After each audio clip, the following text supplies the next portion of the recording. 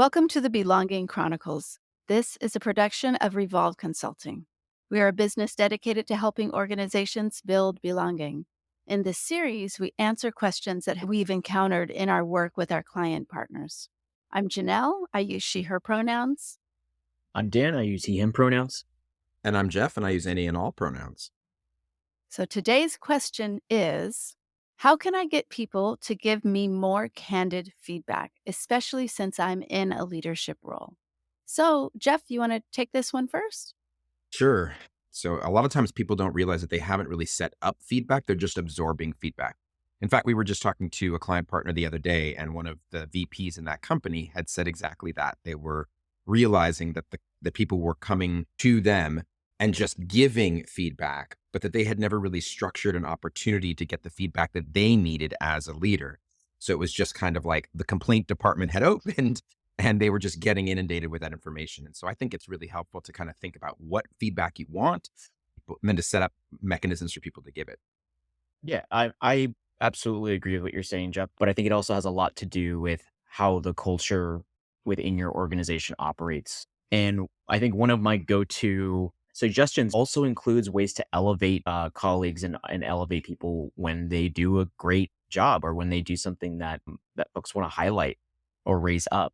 And I think when that's ingrained in the culture or that becomes part of the culture overall, it becomes a lot easier to open up those more uncomfortable conversations because it's not the only kind of conversation that you're having. I love that you brought that up, Dan, because when I read this question, and often I think for people, when we hear the word feedback, we think that it's going to be something negative, something I did wrong. Oh my gosh. And it sort of sends us back to being in a place where it was uncomfortable and it didn't feel really great. And so that idea that feedback is this investment in us when we are doing well, and investment in us when we have an opportunity to grow. And so I'm remembering the broad spectrum of what feedback is, I think is incredibly important. I love that this question is even being asked because there's a courageousness around saying, how do I get more feedback? And from my perspective, I think when we share what it is we're working on, when we are specifically talking about a leadership role and we say, hey, I'm working on this thing. Could you all help me by sharing feedback with me when I do X or when I don't do X? Just really helps us in our journey to building more belonging, but also in letting people know that you are looking for their investment in you as you're developing as a leader. So just a couple of things that came to Yeah. my mind. I think the way you said that, Janelle, really makes sense to me. It's that idea that you're like, hey, I'm working on this thing. So I want feedback around that thing, which I think also helps prepare us for it a bit, right? I also do think that it's helpful to have some structure or to have some follow-up questions or maybe like something anonymous too, because that also can give you different kind of information than just asking people to randomly tell you, because they still might be intimidated, thinking like, so Dan, I've got some feedback for you. But if I tell you, you're going to be pissed because you're not going to like it. And if you're pissed, then when I ask you for a raise, right? Like that whole kind of Right. like thing kicks in. Whereas when it's anonymous, obviously there's some way for me to give that to you, possibly without you knowing it was me. And so I can be a little more honest. I definitely agree with the idea that the access points should be varied. If the idea that people can provide feedback both anonymously or if they want to be able to sign on to what they're saying, that they have the option to. I think there's also a really important element to speak to that has to do with the follow through of what happens when we get that feedback. Because I know that we've encountered in our work a lot of instances in which there may be an organization where they have those feedback mechanisms in place, but they're not being utilized because there actually isn't necessarily a lot of faith that action or any sort of appropriate moves to address that feedback will be taken. So when it comes to, especially for folks that are in leadership I'm positions, applauding. That's so good, Dan. I'm applauding. Yeah.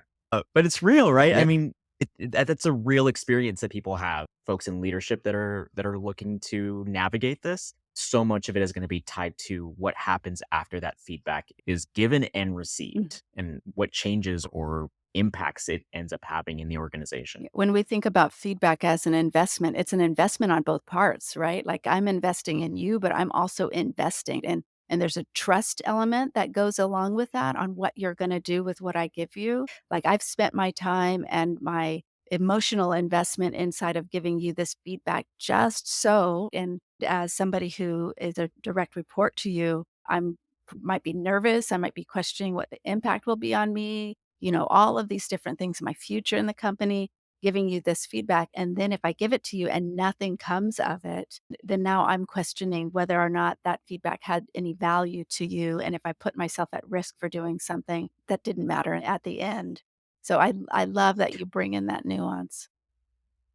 Yeah, well, and then also just like the fatigue, right? Yeah.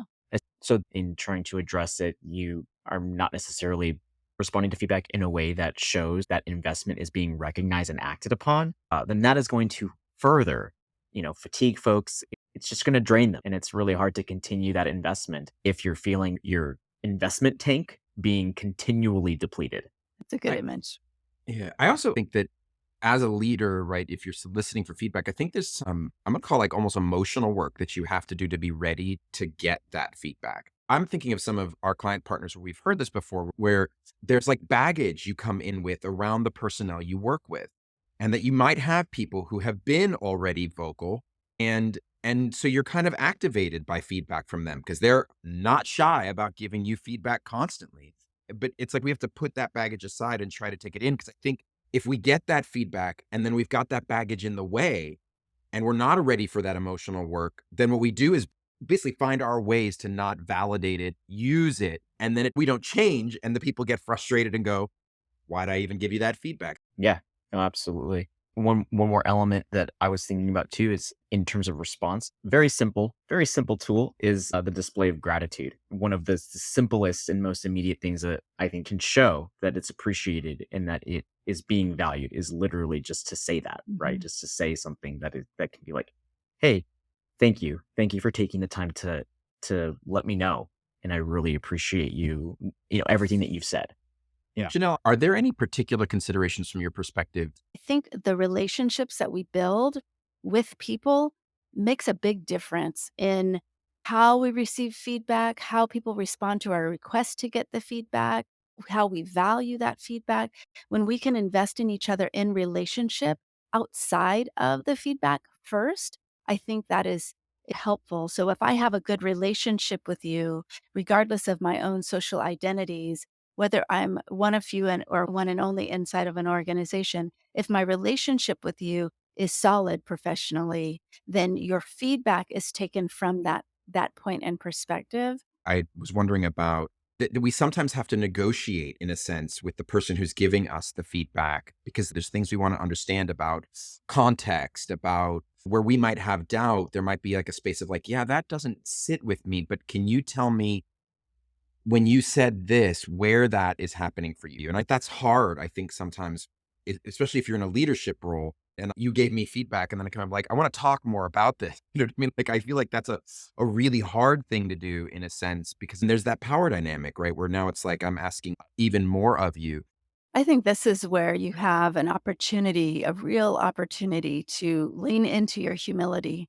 I think this is where Yeah. leaders sometimes can unintentionally add burden to those they supervise by saying, you know, this is something I don't understand. I haven't received feedback on it before, or I want to understand more.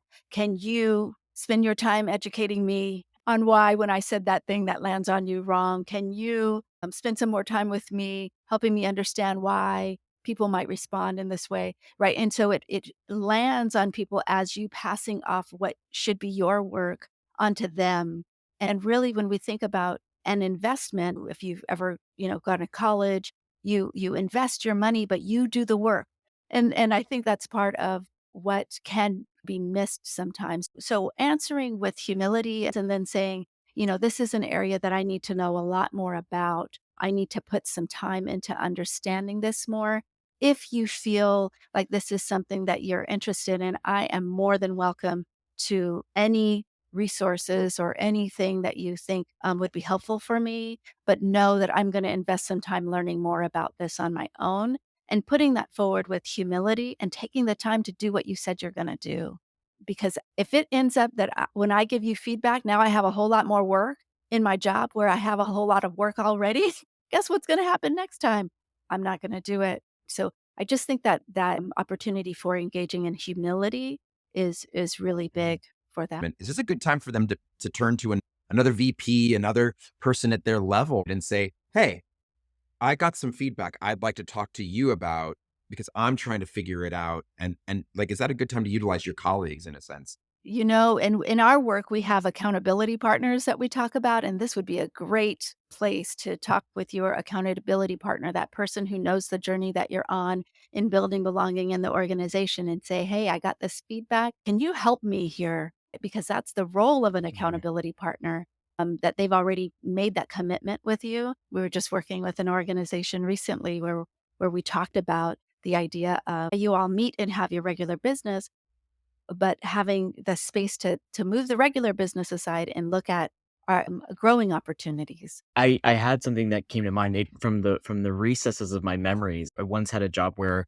it was a very small team, so on any given day, it was really just, like, the business owner who was, like, my direct supervisor, and then myself, and then maybe a couple other folks, and I was out at that job as a trans person, and I remember more than once, like, being in the same room with my boss, and out of nowhere, they would just be like, "I have a question about," like, something having to do with, like, a trans issue or trans experience. When I'm alone in a room with my direct supervisor and they seem to be in an earnest sense, like just trying to get more information or to get feedback and reduce their potential for harm or act in support, I understand the intention behind it, but I would say that in that situation, my supervisor was not necessarily aware of like all of the dynamics that would be at play. And so, yeah, that was certainly something that I took on that labor time and time again. I actually don't think that there ever was an instance where I took a moment to pause and really assess for myself of whether or not this was a conversation I wanted because immediately I was like, yes, sure. Because I had grown into this role where I accepted that as part of my regular job responsibilities, Mm.